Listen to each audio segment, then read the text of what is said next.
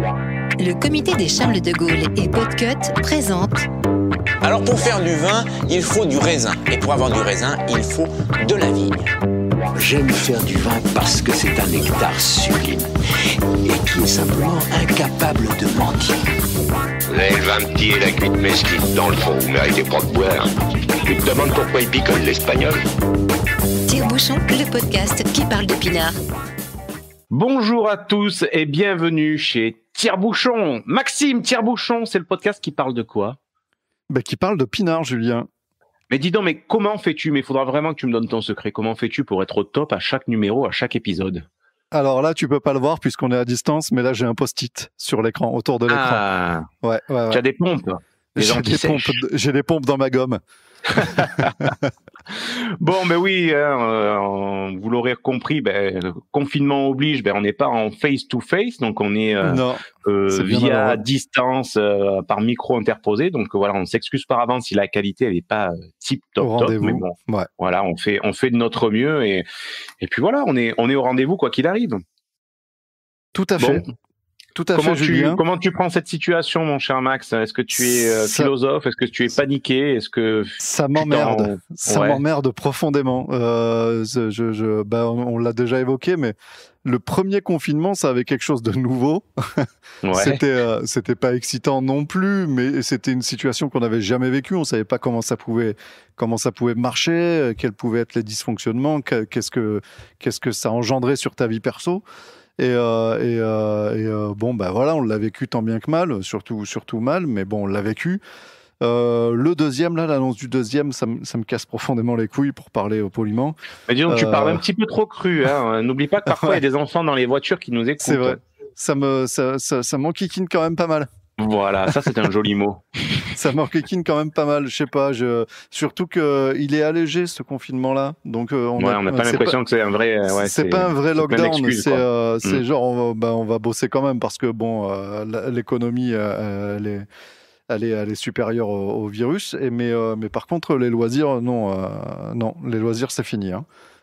Donc c'est un petit peu. Tu la mets derrière l'oreille, tu la fumeras plus tard. Ouais, voilà. Donc ça je le digère pas très bien. Et toi, Julien, comment tu l'envisages? Moi, je vais te dire exactement comme au premier confinement, je ne vois aucune différence puisque oui, c'est vrai. Il n'y a pas de télétravail possible ou de confinement possible dans les terres, donc du coup, on ne va voir absolument aucune différence, si ce n'est comme la dernière fois, on s'organise, on est un petit peu plus prudent, donc chacun prend sa bagnole, chacun a son matos, on se désinfecte quand on peut, ce genre de choses, quoi. Mais sinon, honnêtement, ça m'en touche une sans bouger l'autre, quoi. Donc ça. D'accord.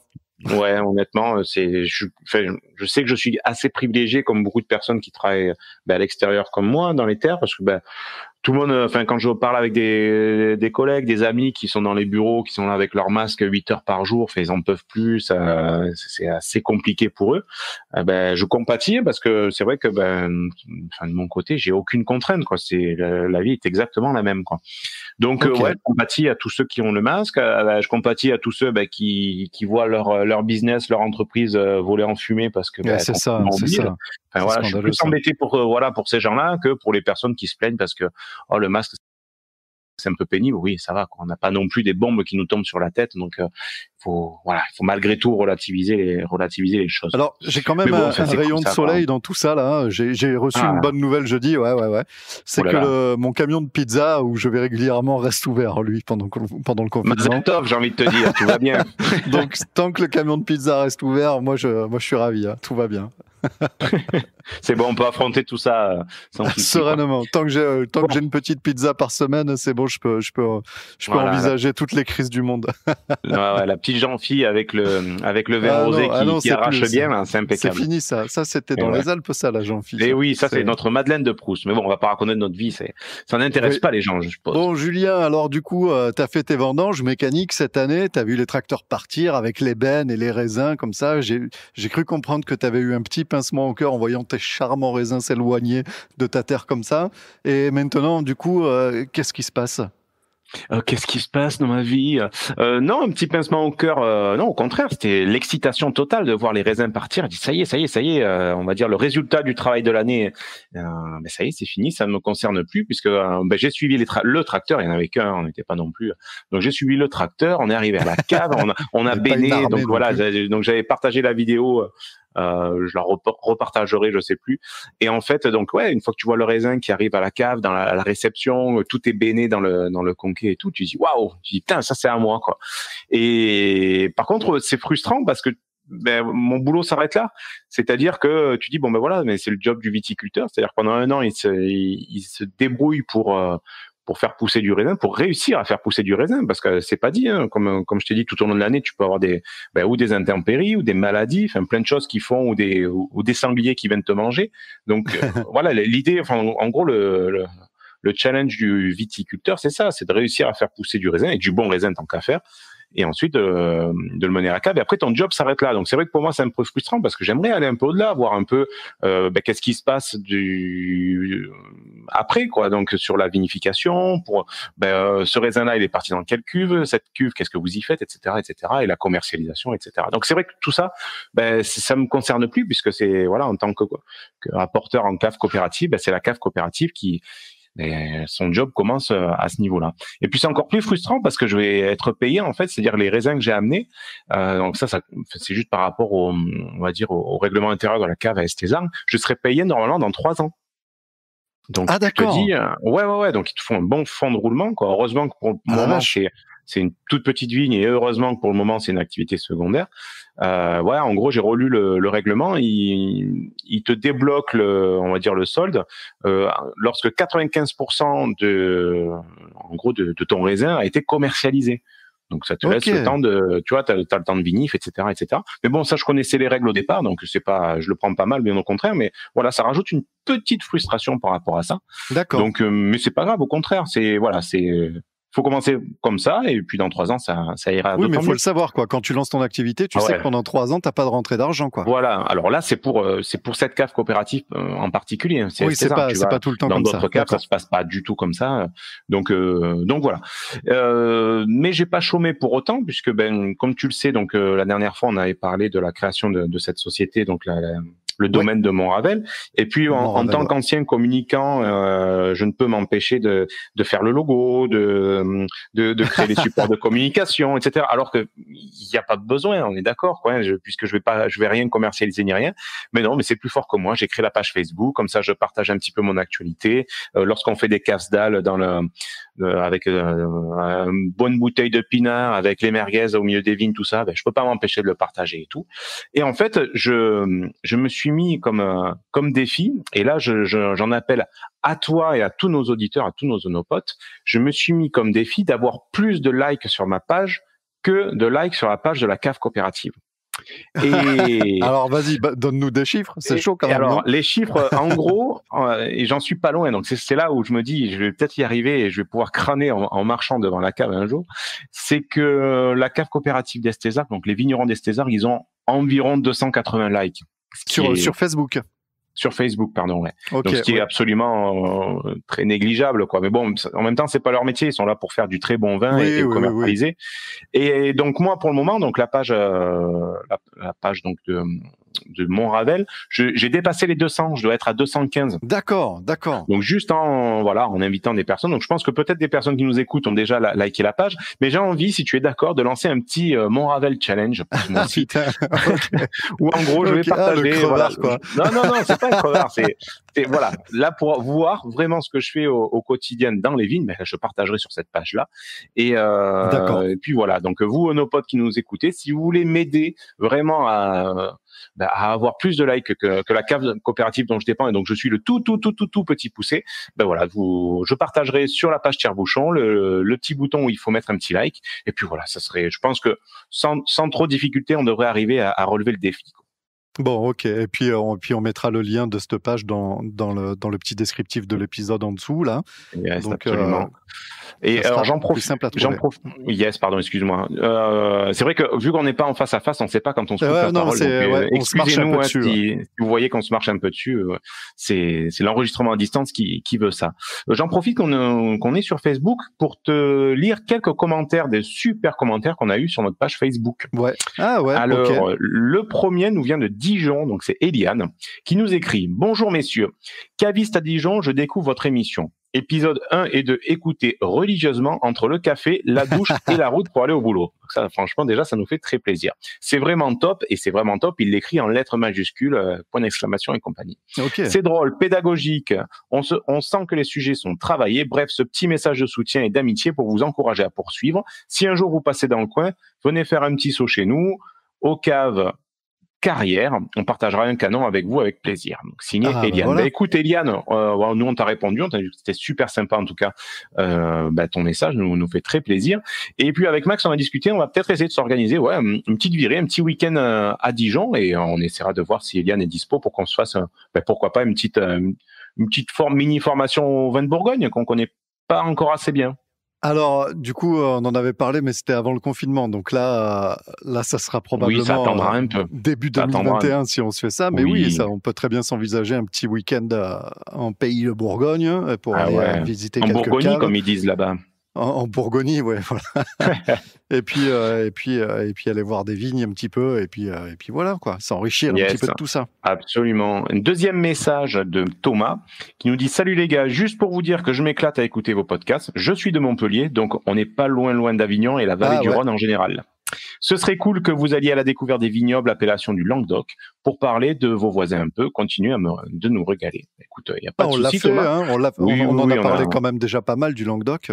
Yes, on en parle par facilité, puisque toi, du coup, tu habites en Languedoc, donc c'est c'est facile d'avoir, en tout cas plus simple, de parler des vins de Languedoc que de peut-être d'appellations un petit peu plus lointaines, mais on l'a déjà fait et on va continuer parce qu'en effet, dans le Languedoc, il y a du super pinard. C'est plus la réputation qu'il y avait avant où c'était du vin de merde, des pisse-vins et compagnie. Donc voilà, maintenant, il y a des super pinards en Languedoc. Donc, on continuera à en parler dès qu'on en trouvera qu'on croisera la route de super vignerons ou de super appellations. Et puis, ce sont des gens qui sont mobilisés justement pour essayer de gommer cet affront qui date de bien longtemps. Donc c'est une région qui est en pleine effervescence, donc c'est vraiment très très intéressant. On trouve des vins vraiment très très chouettes à des prix canons encore pour l'instant, puisqu'ils n'ont pas toute la réputation derrière encore qui vient alourdir les prix des vins. Donc c'est une très chouette région et on s'attache à la découvrir. Alors, un dernier commentaire qui nous vient de Little PA. Alors, qui nous dit, dans la suite d'une discussion, donc, je profite de cette petite info pour un bravo sur ce post, je recommence, pardon, excusez-moi, j'ai bafouillé. Je profite de cette petite info pour un bravo sur ce podcast, fun, instructif, récréatif, mais pointu. J'ai découvert par votre enregistrement sur le vinotage et j'ai repris depuis le premier épisode pendant le confinement. Donc, confinement du mois de mars, quoi. Acheter de quoi s'abreuver aux Jardinettes, proche de Pertuis. Je n'ai pas manqué de mentionner la recommandation de Monsieur Maxime. Au plaisir de vous écouter sur les prochains épisodes à venir. Donc c'est cool qu'on ait des retours comme ça, où on a eu des coups de cœur, ou par le biais de tes interviews, on a recommandé des vignerons et des domaines. Et voilà, donc les Onopodes, si vous y allez, c'est super de nous faire un petit retour parce que ça nous fait plaisir de parler de ces gens-là et que si on peut amener quelques personnes, quelques futurs clients, on en est ravis. Jardinette, c'est chouette. Tu te souviens, c'était ceux qui avaient fait la cuvée solidaire parce qu'ils qui avaient pris le gel ou la grêle, c'était quoi? Ouais. Ils avaient pris le gel et puis le mildiou, donc ils étaient dans la merde. Donc voilà. Ouais. Et puis c'est avec le gars des Jardinettes que j'avais été à ce fameux salon à Montpellier où lui devait acheter un tracteur. Donc ils sont vraiment très très sympas, très très sympas. C'est des gens que j'apprécie beaucoup. C'est du vin de consommation, hein. C'est pas des méga vins de garde, tout ça, mais pour le prix qu'ils pratiquent, c'est vraiment excellent. On en reparlera un petit peu plus tard des prix du vin, puisqu'on avait fait une grosse parenthèse là-dessus le mois dernier. On va essayer de prendre le contre-pied ce mois-ci et de parler on va en parler, des vins un petit peu moins chers. Tu as peut-être des actus, toi, Julien? Alors, des actus liées au monde du vin, tout à fait. Alors, j'en ai deux petites. Je parle bien entendu d'actualité. Titre. Titre, oui, en effet. Alors la première, c'est une info technique que j'aimerais partager avec toi pour avoir un peu ton ressenti. Oula, alors oui. pendant les dernières vendanges, la grande maison de champagne Moët-et-Chandon ont développé, en tout cas, ont mis en application une application pour tracer le raisin. Alors, je t'explique un petit peu, je te dresse un peu le tableau. En gros, c'est un peu comme dans un magasin, ils ont fait une sorte de traçabilité. Chaque vigne a un flash code, et c'est-à-dire lorsque c'est vendangé, paf, c'est flashé, et comme ça, lorsque ça arrive à la cave, ils savent déjà quel cépage, quelle maturité, dans quelle cuve ça va, etc., etc. Donc, un super travail de traçabilité. Donc, ce qui se comprend puisque en gros ils ont quand même un vignoble assez étendu, donc il y a pas juste 1 ou 2 hectares, hein, ils sont à 1000 hectares. Juste pour te donner un petit peu d'accord. le truc. Oui, bon, ouais, ça fait 2-3 raisins à s'occuper. Voilà, ça se comprend un petit peu. Donc en gros, cette application, donc c'est au début quand j'ai lu l'info, je me suis dit ah ouais, en fait j'étais partagé parce que je me suis dit ils ont créé une application pour que le consommateur puisse suivre le raisin jusqu'à la bouteille, jusqu'à la commercialisation. Et sur le coup, je me dis, c'est intéressant, c'est original, mais ça fait un petit peu, genre, on a quelque chose à se reprocher ou on a fait des choses pas très catholiques et on met ça en place. Donc, ça a été ma première impression. Ensuite, quand j'ai un petit peu plus lu, je me suis rendu compte que c'était purement logistique, où en gros, voilà, ils disent, bon, ben voilà, cette vigne, on la flash, ça part à la cuverie, et après, la cuverie, ils savent qu'est-ce qu'il faut faire. Mais, pour te dire, toi, quel serait, imaginons, il y a une application qui sort comme ça pour tracer, on va dire, le raisin pour le consommateur. Comment tu réagirais, toi, qui es aficionados du pinard?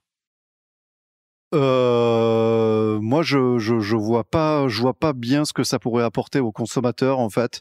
Un vin, tu l'aimes pour ce qu'il est, et pour ce qui, enfin.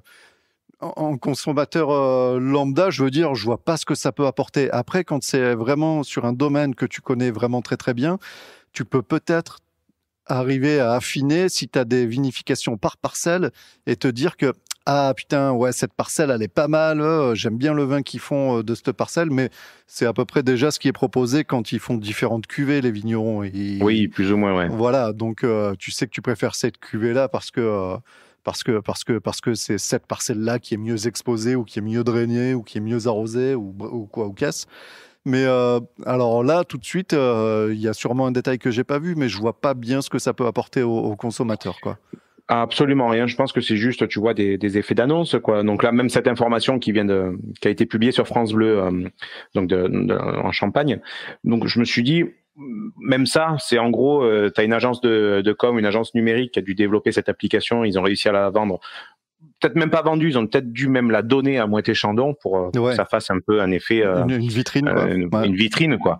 Et donc, en fait, c'est vrai que sur le coup, tu dis, ouais, c'est que de la logistique. Mais c'est vrai que ça a suscité ma curiosité parce que, comme tu le sais, comme certains le savent, dans le monde du vin, il y a un peu du trafic, quoi. Donc on ne sait pas qui le fait, ou en tout cas les gens qui le savent ne le disent pas, et heureusement, presque. Donc en gros, rien ne ressemble plus à une grappe de raisin qu'une autre grappe de raisin. Donc parfois, tu as des gros domaines, des grosses actions qui vont acheter un peu du raisin là où c'est pas cher, ou là c'est un peu plus loin, pour compléter certaines cuves, quoi. Donc ce qui est totalement interdit, mais qui est totalement ou quasiment incontrôlable, quoi. Donc c'est pour ça, sur le coup, je me suis dit, tiens, si une grosse boîte commence à balancer des traçabilités, c'est peut-être qu'à un moment donné, ils savent que ça, ou en tout cas, ils ont un petit peu peur que ça leur retombe dessus. Donc voilà, bon, ça c'était plus un. Oui, on en avait déjà parlé. Voilà, il y a ce qu'ils appellent les vases communicants, quoi. Donc voilà, oui, ça voilà, il y a juste des problèmes d'achat de cuves, ceux qui sont un peu légers ou qui ont des vendanges un peu dégueulasses. Une année, ils peuvent très bien aller acheter du raisin, voire de la cuve directe. Et qui te vendent avec leurs étiquettes et leurs tarifs. C'est ça. Voilà. Qui me remue, quoi. Mais bon, oui, ça peut protéger de ça, mais je sais pas si c'est encore beaucoup utilisé, cette méthode. Ah oui, utiliser, oui, ça j'en suis certain. J'en suis persuadé. Ouais. Mais c'est juste que ça se sait pas, donc le consommateur le sait pas. Mais bon, en même temps, même s'il le savait, même s'il était averti, il y a aucune possibilité vraiment d'en être sûr à 3000%, quoi. Bon, bref, quittons ce côté polémique, et on va aller sur une actualité, si tu es d'accord, un petit peu plus fun. Alors, l'histoire, c'est une histoire, c'est une anecdote. Qui se passe. Raconte-moi une histoire. Qui se passe. Père Castor, raconte-nous une histoire. Alors, ça se passe à New York. Ok. Dans un restaurant un petit peu sympa, dans un quartier très sympa. Et donc le restaurant s'appelle le Balthazar, donc ça s'invente pas, j'ai pas fait exprès. Ah ouais, c'est cool ça. Et en fait, donc tu as à table une table avec 4 bonhommes, tu as les bons businessmen, les hommes d'affaires bien chéros de Wall Street, donc avec tous les clichés qu'on peut imaginer.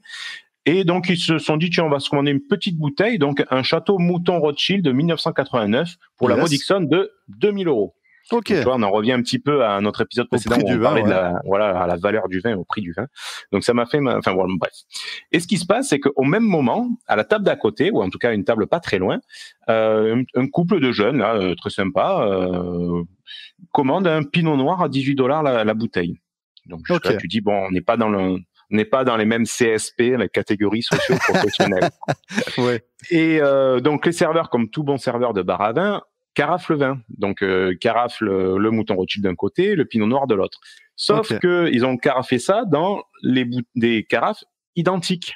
Et tu me vois arriver, ce qui devait arriver arriva. Les carafes se sont inversées, c'est-à-dire que les businessmen ont eu le Pinot à 18 $ et le jeune couple ils ont eu le super Mouton Rothschild à 2000 boules. Il y a eu une version des bébés à la nursery, quoi. Exact. et là où c'est drôle, c'est qu'en gros, bon, c'est le patron en fait du restaurant qui a tweeté ça, enfin qui a même mis un post sur Instagram pour expliquer un peu l'anecdote, parce que dès qu'il a été informé de ça, il est arrivé et il déboule au restaurant et il dit bon, qu'est-ce qu'on fait quoi? Est-ce que limite on dit rien du tout et on laisse pisser? Parce qu'en fait tout le monde était content, c'est-à-dire que le jeune couple, là, tu dis rien, il boit le Mouton Rothschild, il était là, il dit putain, franchement pour 18 $, il est vraiment bon. Franchement, c'est régalé quoi. Faudra qu'on y retourne. Et ceux d'en face, ils étaient là aussi, on dit dis donc ce Mouton Rothschild, hein, quelle subtilité, ça c'est vraiment du vin comme on n'en fait pas, etc. Donc les mecs ils se délectaient avec une bouteille à 18 $, alors qu'ils pensaient boire un truc à 2000 $. Donc là, tu vois, ça nous laisse imaginer, voilà, toute la psychologie qu'il peut y avoir derrière la valeur du vin, quoi. Et en fait, donc le patron est arrivé, il a avoué son erreur. Excusez-nous, on a eu un souci. Donc du coup, le jeune couple, il a pas payé sa bouteille, donc ils ont offert le Mouton Rothschild, encore heureux. Super. Et les hommes d'affaires, du coup, ils ont bu la bouteille de 18 $, et en plus de ça, ils se sont fait offrir la bouteille de Mouton Rothschild par-dessus, quoi. D'accord. Et puisque bon, vu que c'était quand même des grands amateurs de vin, les hommes d'affaires de Wall Street, il y en a un qui avait quand même balancé. Oui, mais je savais que c'était pas un Mouton Rothschild. Hein, je l'avais quand même assez deviné, quoi. Ouais, bien sûr. Oui. Après, tu le dis, oui, évidemment. Donc voilà, une petite info qu'on a retrouvée quasiment sur tous les médias. Là, tu vois, je l'avais entendu à la radio. Là, je suis sur le site RTL. Tu le vois sur CNews. Enfin, ça a été relayé un peu partout parce que c'est vrai qu'elle prête à sourire. Je l'ai pas vu. Ça m'a fait rigoler. C'était plutôt rigolo. Donc voilà pour les petites actus que j'avais trouvées autour du monde du vin. Très bien, Julien. Écoute, ce que je te propose, c'est que, comme d'habitude, on s'écoute un petit peu de musique et d'autant plus que moi, j'ai un petit souci technique ici. Il faut que je change les piles de l'enregistreur. Ok. Bravo. Hein. Voilà. Donc, on va faire une micro-coupure. Et puis, on se retrouve juste après pour parler des coups du vin, mais en inversé, en épisode miroir de la dernière fois. C'est clair. Des super pépites à 10 €. Allez, à tout de suite. Voilà, tout à 10 balles ou je remballe.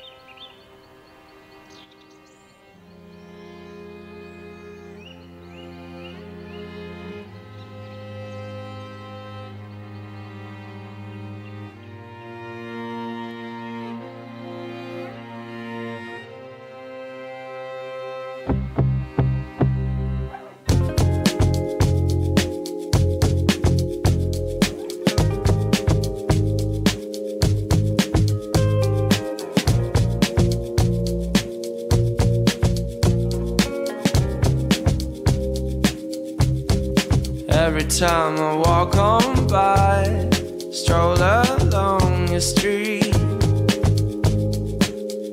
can't believe there's not a thing in the world, a thing left to repeat. And I was walking on your floor, begging to get more. Can't believe there's not a thing in the world, a thing left to ask for. Yeah. Sleep my broken bones, I'll take a load of your skin, throw me all your stones, we need to sit around it. Yeah. Every time I walk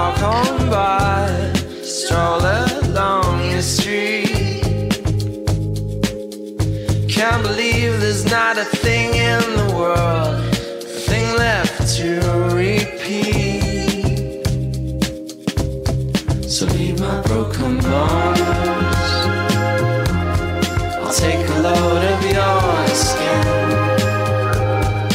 throw me all your stones. We need a send around me, yeah. So leave my broken bones,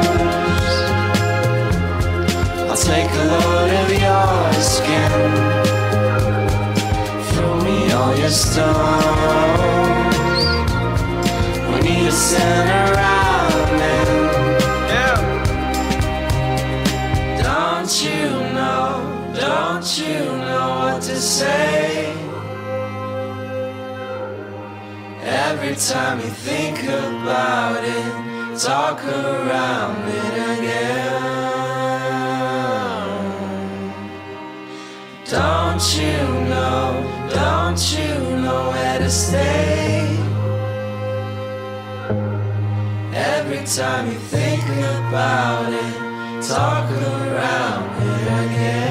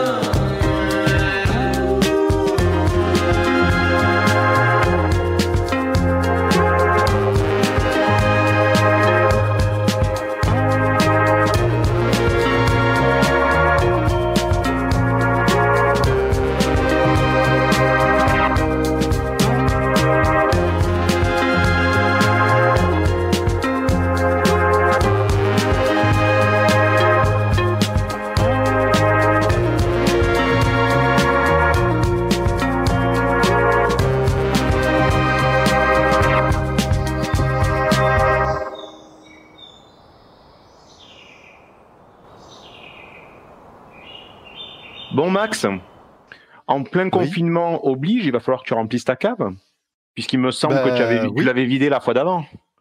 Ben oui, je l'avais vidé. Et puis, on est en fin d'année, donc le budget, c'est pas exactement ça. Hein. On va éviter de s'acheter des bouteilles à 700 balles ou à 1000 balles, comme on en parlait la dernière fois. Ah voilà, le petit mouton Rothschild à 2K. Oui, parce que à ce stade-là, on parle plus en euros, on parle en kilo-euros. Okay. Ah ouais, kilo-euros. Quel bonheur. Voilà, donc une petite bouteille à 2K, on est bien. Donc combien tu vas faire ? Non, en fait, tout ça, c'est parti d'un collègue de boulot qui s'est fixé un petit défi personnel. Il s'est dit, pourtant, il a les moyens, c'est pas une question de moyens, mais il s'est dit, moi, j'aimerais me constituer une cave, mais j'ai pas envie de mettre des sommes folles pour regarder mes étiquettes et puis me dire que à chaque fois que je débouche une bouteille, j'en ai pour 50 balles et ça me fait chier, quoi. Donc il s'est dit, j'aimerais me constituer une cave pas trop dégueulasse, mais le palier que je me suis fixé, c'est 10 balles la bouteille. 10 balles grand max. Donc, il me dit, essaye, si tu as des bons plans et tout, machin, de me le dire. Donc, de temps en temps, je lui balance une adresse. Et puis il y va, il goûte, il me dit. donc, c'est intéressant pour moi et pour lui. C'est du win-win. Et voilà. Et donc, du coup, je me suis dit quand même, c'est quand même intéressant comme démarche. Bon, c'est un exercice de style. Mais on est tombé régulièrement sur des pépites, comme tu aimes les appeler, sur des bouteilles qui sont vraiment intéressantes. Et justement, tu parlais du premier confinement. Je me suis ouvert des bouteilles que j'avais pas payées très très cher, mais que j'avais trouvées intéressantes à l'époque où je les avais achetées et qui avaient désormais 2, 3 ans, 4 ans pour certaines. Et que j'ai trouvé encore plus intéressant au bout de quelques années. Donc, je me suis dit, putain, c'est vrai que se constituer une cave avec des bouteilles abordables, à des prix tout de même abordables, puisque ça fait quand même des cartons à moins de 40 euros, à moins de 50 euros. Et donc, ça pourrait être intéressant de creuser ça. Donc, j'ai commencé à mettre au point avec ton concours un petit fichier Excel qu'on mettra à disposition sur le site. Mais oui, c'est bien. Voilà, où on essaye de se constituer une cave avec que des bouteilles à moins de 10 euros. Alors les bouteilles, le prix des bouteilles fluctue c'est en 10 fonction euros des et années. moins, quoi. Voilà, C'est 10 euros et moins. Quoi. 10 euros et moins. Et bien sûr, il y avait des domaines où, par exemple, la bouteille de cette année était à 7 euros, mais l'an dernier, c'était à 7,50 et il y a 2 ans, c'était à 8. Et bon, voilà. Donc, il faudra bien prendre en compte l'année d'achat et faire vieillir tout ça. Sachant que la majorité, ce sont des bouteilles de notre région, même l'intégralité, ce sont des bouteilles de notre région, et que sur des bouteilles à ce prix-là, il n'y a pas le soin et l'attention que tu as sur des bouteilles plus chères. Donc, le temps de garde sera quand même amoindri, mais on peut quand même taper sur du 5-6 ans. Ce sont des bouteilles à boire. Voilà. Ce ne sont pas des bouteilles à regarder, ce ne sont pas des bouteilles à stocker. Voilà. C'est pas faire de la collection avec ça. C'est pas l'idée. C'est pas pour collectionner, c'est pour boire, vraiment. Et quand on a payé une bouteille entre 7 et 10 euros, on a un petit peu moins de mal à la sortir quand il y a des copains un peu braillards qui viennent à la maison.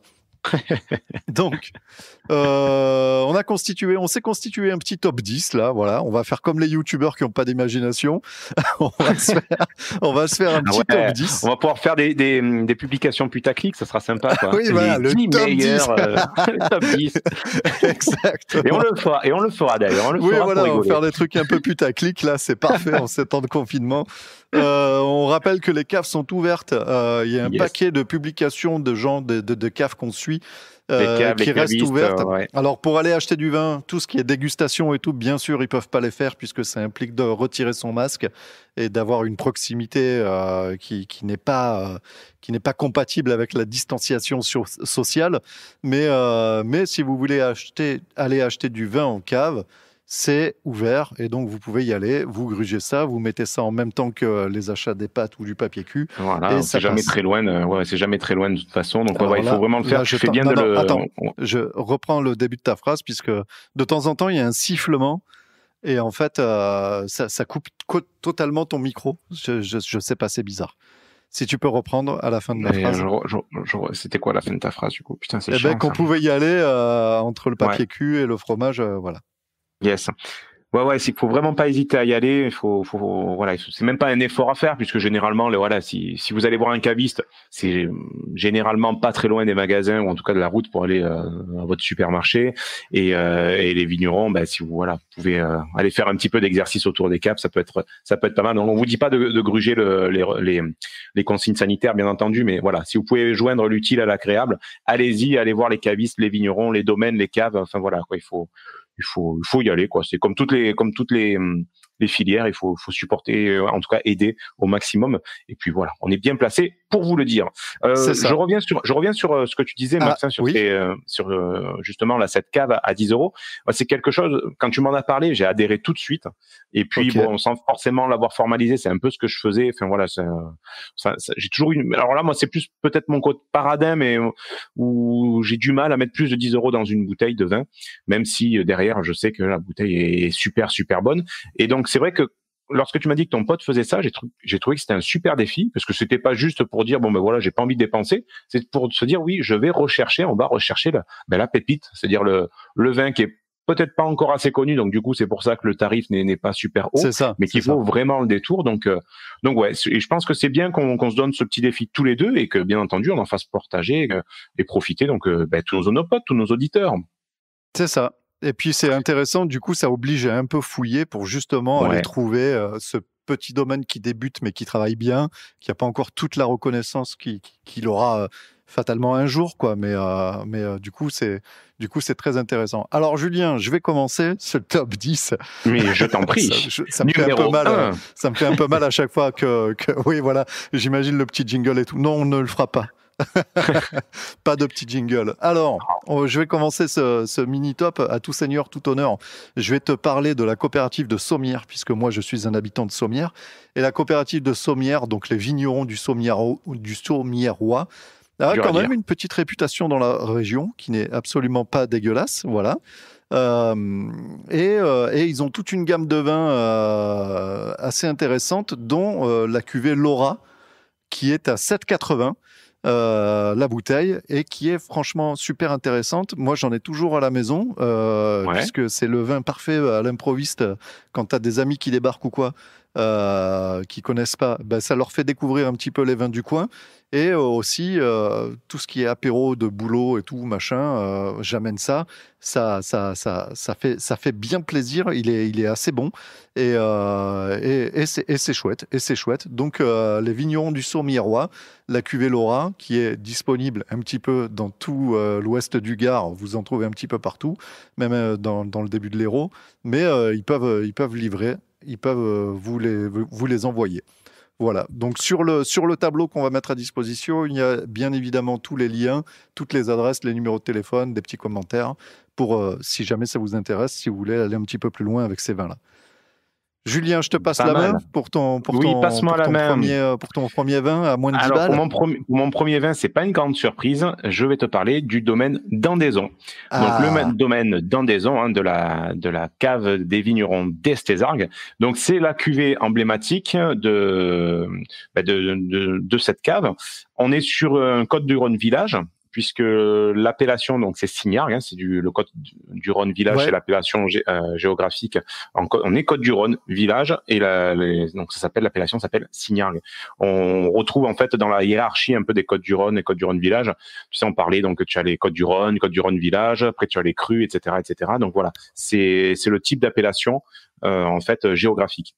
Et donc cette cuvée, le domaine d'Andaison, donc souvent on connaît pas forcément le nom, par contre on connaît l'étiquette. Donc si jamais un jour vous êtes du côté d'Estésargues ou pas très loin et que vous voulez parler du domaine d'Andaison, si on vous dit je vois pas ce que c'est, il vous suffit simplement de dire le taureau. Pourquoi ? Parce qu'en fait sur l'étiquette, il y a un taureau représenté, donc qui a été représenté par un artiste qui s'appelle Trani. Donc cette étiquette elle est devenue emblématique, donc non seulement de la cuvée, mais non seulement de la cave et même de l'appellation générale Signargues, puisque le taureau, le domaine d'Andaison est quand même très connu et très reconnu. Et puis c'est facile d'en parler puisque c'est là où je travaille, donc c'est le domaine d'Andaison. Donc voilà, à ma petite échelle, je participe à tailler, à prendre soin de ce raisin pour que ça fasse plus tard de l'excellent pinard. Et donc cette bouteille, elle est aux alentours de 8,50 €, 9 €, ça dépend les années. Donc on est en dessous des 10 €. Donc pour moi, c'est ma pépite, on va dire le numéro 2 de notre classement. C'est pas un classement, c'est de notre liste. Non, il n'y a pas de classement. Mais voilà, pour moi, c'est la pépite à avoir absolument dans sa cave. Alors moi, je sais que mon patron Daniel aime beaucoup cette cuvée. Il en achète chaque année. Par contre, lui, il dit, faut pas le boire jeune. C'est vraiment un vin à laisser vieillir. Parce qu'il est un peu trop vaillant, un peu trop virulent, jeune. Beaucoup de syrah. Tout de suite, 1 ou 2 années de cave, ça lui fait le plus grand bien. Ça lui fait du bien. Et j'aimerais partager, je ne sais pas si tu te souviens de cette petite anecdote. L'année où je me suis installé donc dans mon village à Domazan, donc on était en plein dans les travaux de la ruine qu'on avait achetée. Et toi, tu arrives. Alors je me suis dit, c'est cool, il va venir filer un coup de main. En fait, non, pas du tout. Tu es venu en disant, ah ouais, c'est pas mal, hein, ouais, vous avez pas mal de boulot. Bon, mais nous, on se barre. Tu étais avec le copain Miles qui était là au dernier épisode. Ouais. Et tu as dit, bon, on se barre parce qu'il faut qu'on aille dans une cave à Estésargues, le village d'à côté, pour prendre du domaine d'Andaison. Et là, on s'est tous regardés en disant, non, mais tu rigoles, on connaît, quoi. Donc, pour te dire, avant même d'y travailler, c'est un vin que tu connaissais et je pense que tu connaissais même avant moi. Donc voilà, c'est une petite anecdote plutôt rigolote. Comme on dit, il n'y a que les montagnes qui ne se rencontrent pas. Tout à fait. Allez, passe donc à la suite. Voilà. Alors, pareil, on reste à la maison puisque j'ai de la famille à Beaume de Venise et c'est un coin que j'aime beaucoup. Et donc, il y a un domaine qui est assez emblématique à Beaume de Venise, c'est le domaine des Bernardins, puisque c'est un des premiers qui a été fondateur de cette fameuse cave coopérative où on peut acheter le muscat petit grain de Beaume de Venise. Voilà, c'est le domaine des Bernardins, donc il y a aussi ses crus à lui, et qui fait cette cuvée Les Balmes, une cuvée, donc c'est leur cuvée d'entrée de gamme, mais qui est Les très, balmes masquées ou rien à voir? Non, les balmes, puisque les habitants de Baume de Venise sont les balméens. Voilà. C'est, voilà, c'est les balmes. Oui. Donc c'est un terme Non, mais local. j'étais plutôt fier de ma blague à 2 balles. T'as pas réagi. Je suis très Non, déçu, mais quoi. pardon. Moi, je rigole zéro quand il s'agit de Baume de Venise, ok? Ah oui. Il y a des sujets avec lesquels on ne rigole pas, d'accord. Faut pas toucher, faut pas toucher à Baume. Donc la cuvée Les Balmes qui est à 9,20 €, très très intéressant. C'est un vin typiquement qui ira très bien avec toute la cuisine provençale. On peut y aller pareil, à laisser vieillir une paire d'années, ça lui fera le plus grand bien. Voilà, domaine des Bernardins à Baume de Venise. Bernardin n'a rien à voir avec l'école des Bernardo Copenzoro. D'accord, c'est pas du tout la même chose non plus. Non, ils sont pas muets eux. Ils sont pas mieux. D'accord. Allez, à mon tour. Et là, je te parle de mon petit chouchou. Donc, j'en ai souvent parlé dans les épisodes de Tire-Bouchon, mais donc c'est pour ça que je suis très content qu'on l'intègre dans notre liste. C'est le domaine Laquine, donc dans un petit village à côté de Domadan qui s'appelle Saz. Et lui aussi, il est en Côte-du-Rhône, village Signard. Donc, c'est la même appellation que pour Andaison et la cuvée, la cave d'Estésargues. Et donc, ce domaine Laquine, donc c'est une bouteille qu'on trouve donc sa cuvée Signard, puisqu'il a aussi toute une gamme en Côte-du-Rhône et en 20 pays du Gard. Mais voilà, cette cuvée, elle est à 10 €. Et c'est un vin que j'adore, puisqu'il est assez charpenté, quoi. Quand tu bois ça, tu peux aussi bien le boire en apéritif, tu vois, quand tu veux, on va dire un peu de charcuterie ou quoi sur le plateau, mais également en repas il passe, mais alors comme il faut. Et donc tout ce qui est sucré salé, les viandes grillées, tu peux y aller les yeux fermés. Donc domaine Laquine. Alors Laquine, pour information, c'est une variété, une espèce en fait de le petit oiseau qu'on chasse là, comment ça s'appelle, les grives. Donc ça n'a rien à voir avec le loto ou les cartons pleins. Laquine. Donc voilà, donc Laquine, c'est un petit oiseau qu'on appelle donc. C'est une des variétés donc de grive. Putain, j'arrive pas à le ressortir à chaque fois. Oui. Donc voilà, et donc, ça c'était. C'est à 9 € la bouteille, je crois. On est à 10 €. On est à 10 € la bouteille. 10 €, ok. Ouais, 10 € la bouteille sur le Signard. Et vous pouvez y aller. En plus, là, en ce moment, il fait des super tarifs puisqu'ils étaient, alors pas de chance pour eux. Ils devaient fêter donc les 20 ans du domaine et ils avaient fait une petite opération commerciale sympa. Ça s'appelait 20%, mais 20 VIN, tu vois. Et ils devaient faire donc une petite soirée, dégustation, invitation et compagnie. Mais bon, là, comment te dire qu'avec le confinement qui est tombé, donc tout ça est tombé à l'eau. Mais il accepte les commandes et il fait même les livraisons à domicile. Donc voilà, ça fait partie des domaines qui valent le coup. Il faut les découvrir, il faut leur donner leur chance. Donc voilà, si vous avez une petite place dans la cave, mettez un domaine Laquine, vous ne serez pas du tout déçus. Allez, à toi, mon petit Max. Ouais, merci Julien. Alors le prochain dont je vais parler, il est un peu spécial puisque c'était Amour-Haine. Non, c'est le domaine du séminaire à Valréas.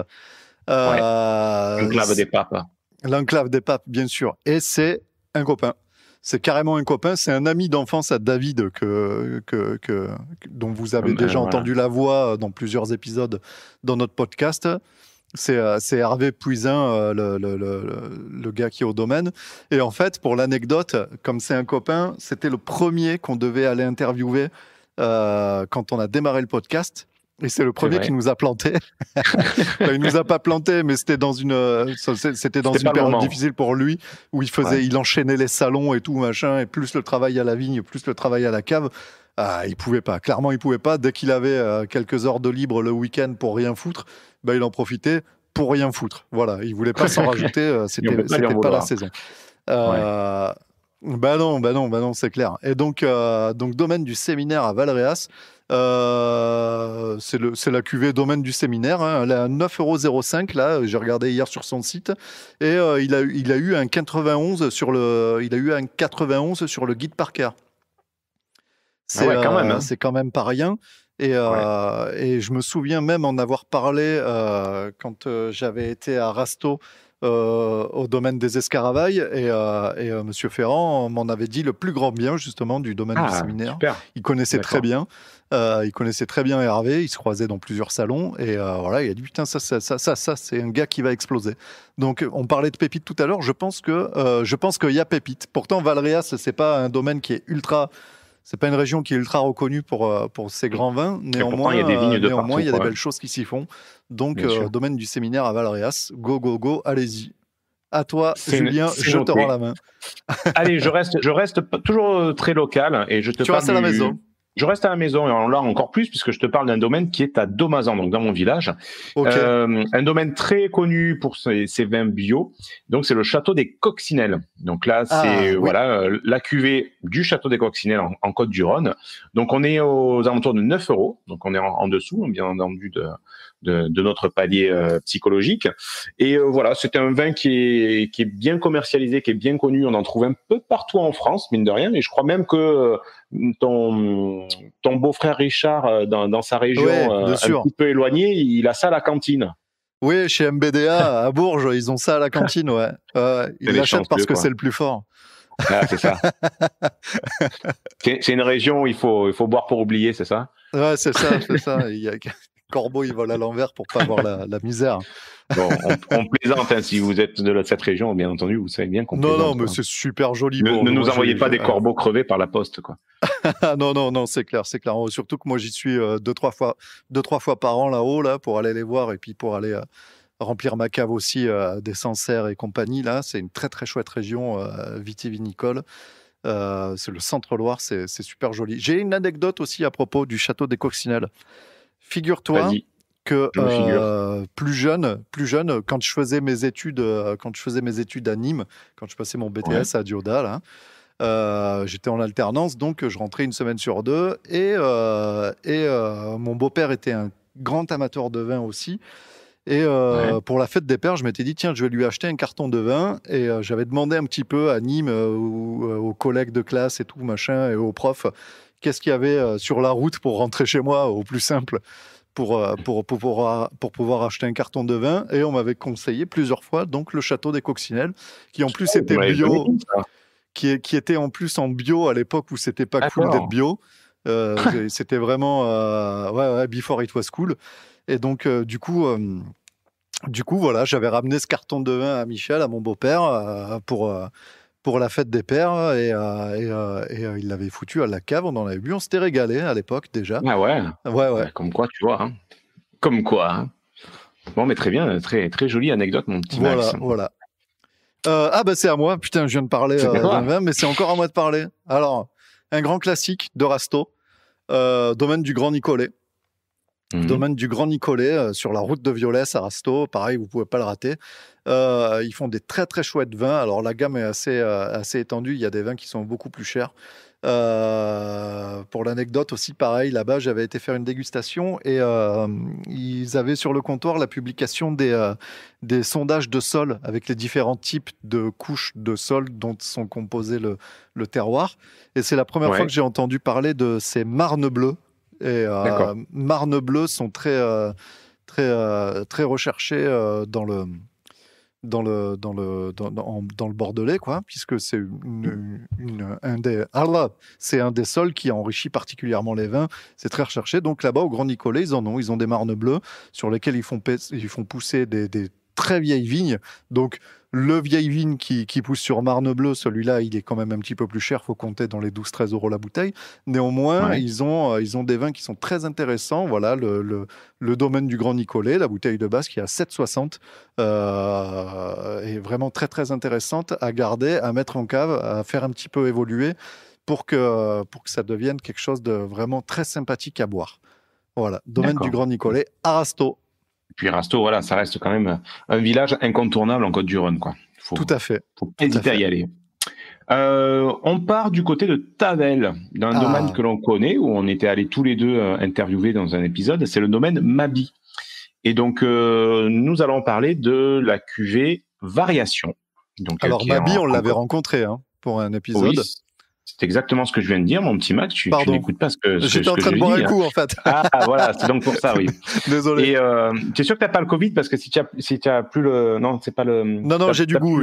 Ah oui, c'est bon. J'ai pas perdu le goût. C'est bon. Et donc, on est sur la cuvée Variation, donc en Côtes-du-Rhône, donc pour la modique somme de 8,50 €. Et donc, c'est un assemblage Grenache, Syrah, Mourvèdre et Carignan. Donc là, on a le quatuor gagnant. Et ce sont des vieilles vignes, c'est des vignes cinquantenaires. Et en plus de ça, c'est élevé en cuve. Et c'est un vin qui passe très bien, quoi.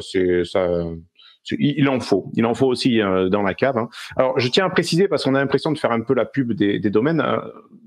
Les domaines en question ne savent pas qu'on fait cette recommandation. Non. Hein. On n'a pas reçu des colis, etc. Donc, ne croyez pas qu'on fait du. Putain, j'aimerais bien, qu'on fait du push, etc. Non, pas du tout. Là, c'est vraiment en totale honnêteté. Hein, on partage avec vous nos pépites à 10 €. Et donc, Domaine Mabie, oui, ça fait partie des rares domaines de la liste que l'on connaît et qu'on est allé voir, quoi. Donc voilà, pour Domaine Mabie de mon côté. D'accord. Mais très sympa en plus, monsieur Mabie, Richard Mabie. Ah oui, il nous avait bien expliqué, je sais plus quel épisode exactement c'était, mais c'était l'épisode où on essayait de comprendre qu'est-ce qui se passe, quelles sont les différentes étapes entre le raisin et la bouteille. Donc il nous avait bien expliqué cette période. C'était le premier épisode de la saison dernière, je crois. Ah, d'accord. Voilà. Ouais, voilà. Ok. Donc voilà, en plus de ça, c'est un type qui est passionné, qui est passionnant. Donc et le point de vente en plus de ça est génial. Donc si vous êtes de Tavel ou autour, ça vaut le détour. Et en plus de ça, bon, il a plein d'autres vins. Il n'a pas que cette cuvée, bien entendu. Donc il a une gamme large et profonde, comme on dit en marketing, quoi. Oui, tout à fait. On le dit pas qu'en marketing, on le dit dans d'autres milieux, d'autres industries, oui. moins fréquentables. Alors le prochain dont je vais te parler, Julien, c'est très simple puisqu'on en a parlé il y a 2 mois.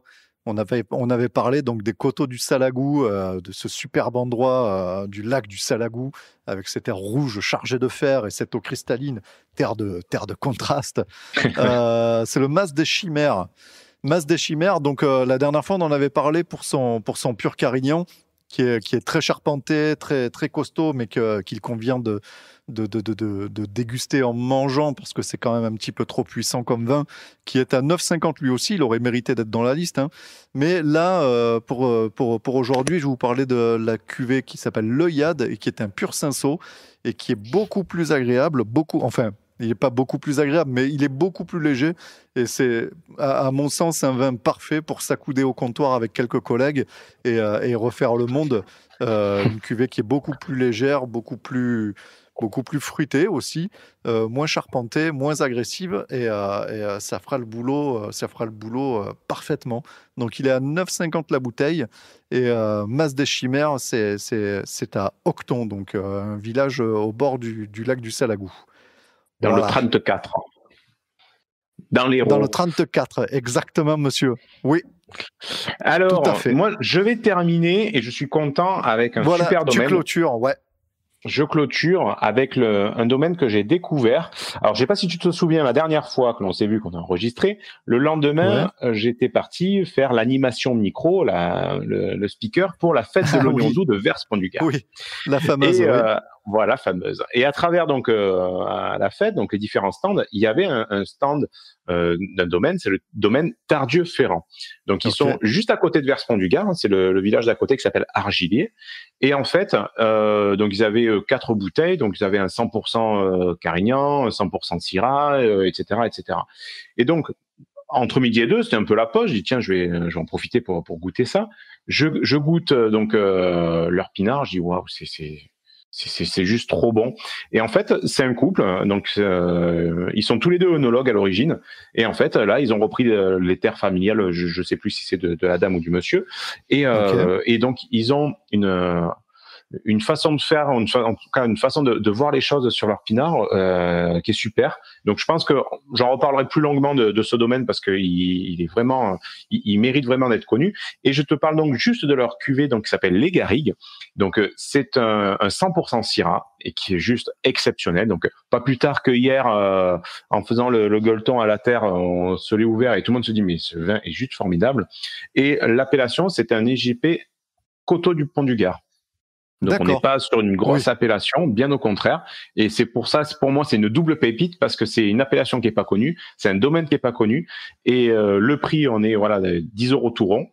Et par contre, ça vaut vraiment le détour, quoi. C'est non seulement c'est Marocco, mais en plus de ça, c'est mon gros coup de cœur de ce mois-ci. Donc le domaine Tardieu-Ferrand à Argilier, donc la cuvée Les Garrigues, 100% Syrah. Donc voilà, je ponctue cette liste avec Tardieu-Ferrand. D'accord. Eh ben, très bien, Julien. Donc, on a fini notre top 10 de youtubeurs. Ouais, nos 10 premières pépites, puisque je pense que si tu es d'accord, à chaque épisode de Tire-Bouchon, en fin d'émission, on donnera une pépite chacun pour continuer pour la cave tout à 10 balles où je remballe. Exactement. Voilà. Donc ça, à chaque épisode, à chaque fin d'épisode, chacun, on donnera une petite reco. On le mettra à jour notre tableau que vous pouvez retrouver donc sur le site internet de Tire-Bouchon. Mais ça, on mettra les liens partout, sur Twitter, sur Facebook. Vous inquiétez pas. Et puis voilà. Donc amusez-vous si ça vous dit de vous constituer vous aussi une cave à 10 € ou à moins de 10 €. Et si vous en avez, des pépites du côté de chez vous ou des pépites que vous connaissez qui valent vraiment le détour, n'hésitez pas. Vous nous envoyez un petit message en message privé, et comme ça on essaiera si possible de relayer l'info. Carrément. Ouais. Si vous avez des pépites à moins de 10 balles vous aussi, en avant Guingamp, envoyez vos adresses, faites pas les radins quoi. Faites pas les radins. Voilà. Ok, alors j'aimerais qu'on parle d'un super projet qu'on a tous les deux. Alors oui, qu'est-ce qu'on peut dire? Qu'est-ce qu'on peut dire? Par quoi on commence? Alors l'idée, déjà, on va faire germer l'idée d'où ça vient. Un jour, je prends l'apéro avec un collègue qui me dit à côté de chez moi, il y a une vieille vigne, c'est la vigne de mon grand-père, elle est à l'abandon. Il me dit tiens, ça t'intéresse pas? Et au moment où il m'a dit ça, tout de suite j'ai dit ah ouais, si c'est une vieille vigne, il faut la remettre en état. Ça, on pourrait faire ça avec Max. Du coup, on pourrait faire une petite cuvée Tire-Bouchon, ça pourrait être sympa, etc., etc. Donc c'est allé assez vite dans ma tête. Et je t'en ai parlé quelques jours plus tard. J'ai dit écoute, il y a peut-être cette opportunité. Qu'est-ce que t'en penses, etc. Donc toi, tout de suite, tu m'as dit c'est juste génial.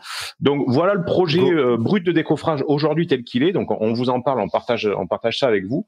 On se lance le défi avec Max de faire la première cuvée Tire-Bouchon. On lance un petit peu cette idée de laboratoire, de vin de garage ou comme tu l'as appelé très bien, vas-y donne le terme parce que je trouve ça génial de créer. Je sais plus ce que j'avais dit. Tu avais dit le Garage Lab. Heureusement que je l'ai noté sur un coin. Le Garage Lab? Ah oui, le Garage Lab. Donc l'idée, c'est de créer cette micro-cuverie, ce petit Garage Lab, dans lequel on va prendre notre raisin et on va le faire le vinifier. Donc ça, on ne sait pas encore le matériel qu'il nous faut, mais je pense que pour une micro-cuverie, on ne devrait pas s'en tirer pour trop cher. Et on va essayer de se faire financer ça, d'essayer de trouver un petit peu des moyens pour essayer d'investir dans ce matériel-là. Et ce qu'on vous invite c'est de nous suivre tout au long de cette nouvelle saison où on va vous expliquer les étapes de ce projet, les difficultés éventuellement qu'on le rencontrera et les bonnes idées. Donc voilà, c'est le prochain rendez-vous que j'aimerais qu'on partage avec nos onopotes, Max, c'est la mise en place de ce super projet, donc le Garage Lab Tire-Bouchon, quoi. C'est ça, c'est vraiment un projet incroyable pour nous qui sommes férus de vin, de viticulture et de tout ce qui touche à tout ça. C'est vrai que moi, à titre personnel, j'ai une fâcheuse tendance à apprendre par l'échec. Donc je garantis pas que la première. C'est clair, je suis d'accord avec toi. Je garantis pas que la première cuvée sera même buvable ou exploitable ou quoi. Au pire, ça sera un très bon vinaigre. Voilà, on peut espérer, et encore je suis pas sûr. Mais l'idée c'est que on se lance là-dedans, qu'on vous fasse partager justement tous nos échecs, qu'on vous partage tous nos échecs, et qu'on vous fasse suivre toutes nos évolutions, une nouvelle série en somme. Un nouvel arc narratif dans Tire-Bouchon. Voilà, on va faire quelque chose. On ne sait pas quelle direction ça va prendre. On sait pas. On vous en parle. C'est un peu bonheur pour vous en parler, pour vous dire la vérité. Mais on avait envie de partager déjà. Surtout avec ces temps de Covid où on ne sait pas quelle latitude on va avoir, on ne sait pas comment on va pouvoir organiser ça. Il y a plein de choses. On a des contacts qui sont pris avec des gens de loi et des gens du métier pour essayer d'aller discuter avec eux, de voir comment on peut faire pour que ça soit le mieux possible. Donc, on tâchera de vous tenir au courant de tout ça. Voilà, c'est une nouvelle aventure qui s'annonce et c'est assez cool. Moi, je suis assez excité par rapport à ça parce que j'ai vraiment envie de mettre les mains dedans. J'aimerais que tu m'apprennes à tailler, la vigne. Ouais. J'aimerais qu'on passe du temps au-dessus de nos cuves à essayer de bricoler, de voir ce qu'on peut faire. Voilà, de s'amuser et toujours prendre du plaisir dans ce qu'on va faire dans cette nouvelle d'apprendre aussi, mini-aventure. Absolument, voilà. Absolument. Très bien. Écoutez, on vous en dira plus, comme on dit, à suite au prochain épisode. Mais voilà, c'est déjà bien parti. On a déjà des projets plein la tête, des idées plein la tête. Il faut juste qu'on trouve, le quid du financement pour le départ. Et après, je pense qu'on va pouvoir bien s'amuser à vous expliquer cette nouvelle aventure qui nous attend. Max, je crois qu'on arrive à la fin de notre épisode. On arrive à la fin de cet épisode. Comme d'habitude, si vous avez des messages à nous faire passer, n'hésitez pas à nous rejoindre sur tous les réseaux sociaux du monde, puisqu'on est sur Insta, on est sur Twitter, on est sur Facebook. N'hésitez pas à nous suivre sur tous ces réseaux sociaux. Encore une fois, et comme d'habitude, n'hésitez pas sur le réseau Apple Podcast à nous mettre un petit commentaire et quelques étoiles, un petit commentaire 5 étoiles pour nous aider à être un petit peu mieux référencés. On a vraiment besoin de tout le monde en ce moment. Ah ouais. Parce que déjà, le moral en 7 ans de confinement, c'est pas génial. Donc, la technique d'enregistrement, c'est encore plus chiant. Et savoir qu'on est écouté, franchement, ça nous fait un bien fou. Donc, n'hésitez pas à nous envoyer des messages, des commentaires gentils et de mettre les étoiles sur Apple Podcast, sur iTunes. Ça, c'est le côté administratif, mais ça fait toujours plaisir et ça nous aide à être un petit peu plus vus. Et puis, je ne sais pas à quelle fréquence, je ne sais pas combien de temps va tenir ce confinement, mais on va tâcher de suivre les épisodes comme on peut. Oui, voilà, comme on peut. Et même si la qualité n'est pas tip-top au rendez-vous, et on s'en excuse. Mais voilà, quoi qu'il arrive, on sortira des épisodes. Même si on ne se voit pas avec Max, on se débrouillera de faire ça à distance comme on l'a fait aujourd'hui. Tout à fait, Julien.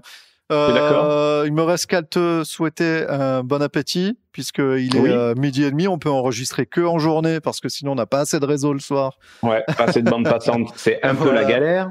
Voilà. Moi, je vais finir l'apéro, et puis je te dis à bientôt, Julien. Et allez, ça roule. Amuse-toi bien. Bon confinement. Très bien. À plus pour un prochain épisode. Allez, ciao tout le monde, et bon courage, et gardez le moral. Gardez la pêche, ouais. Bye bye. L'abus d'alcool est dangereux pour la santé, à consommer avec modération.